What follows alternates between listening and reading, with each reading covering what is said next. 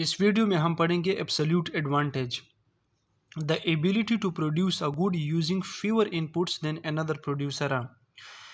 इसका मतलब ये है कि एक प्रोड्यूसर कम ही इनपुट्स में एक आउटपुट बनाता है, जबकि दूसरा जो प्रोड्यूसर वो ज़्यादा इनपुट्स में एक आउटपुट बनाता है। तो इसको कहते हैं एब्सोल्यूट एडवांटेज। नीचे हमारे पास एग्जांपल है।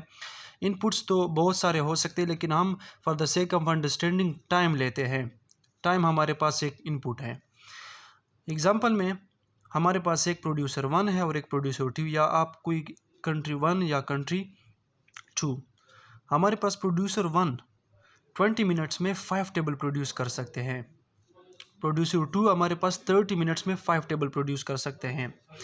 वही सेम टेबल दोनों प्रोड्यूस कर सकते हैं, लेकिन मसला क्या है कि एक हमारे पास 20 मिनट्स में प्रोड्यूस कर सकता है और एक दूसरा जो है वो हमारे पास 30 मिनट्स में। मतलब प्रोड्यूसर 1 कम ही टाइम में एक आउटपुट प्रोड्यूस करता है, जबकि प्रोड्यूसर 2 जो है वो उससे ज़्यादा टाइम लगाता है एक आउटपुट प्रोड्यूस करने में।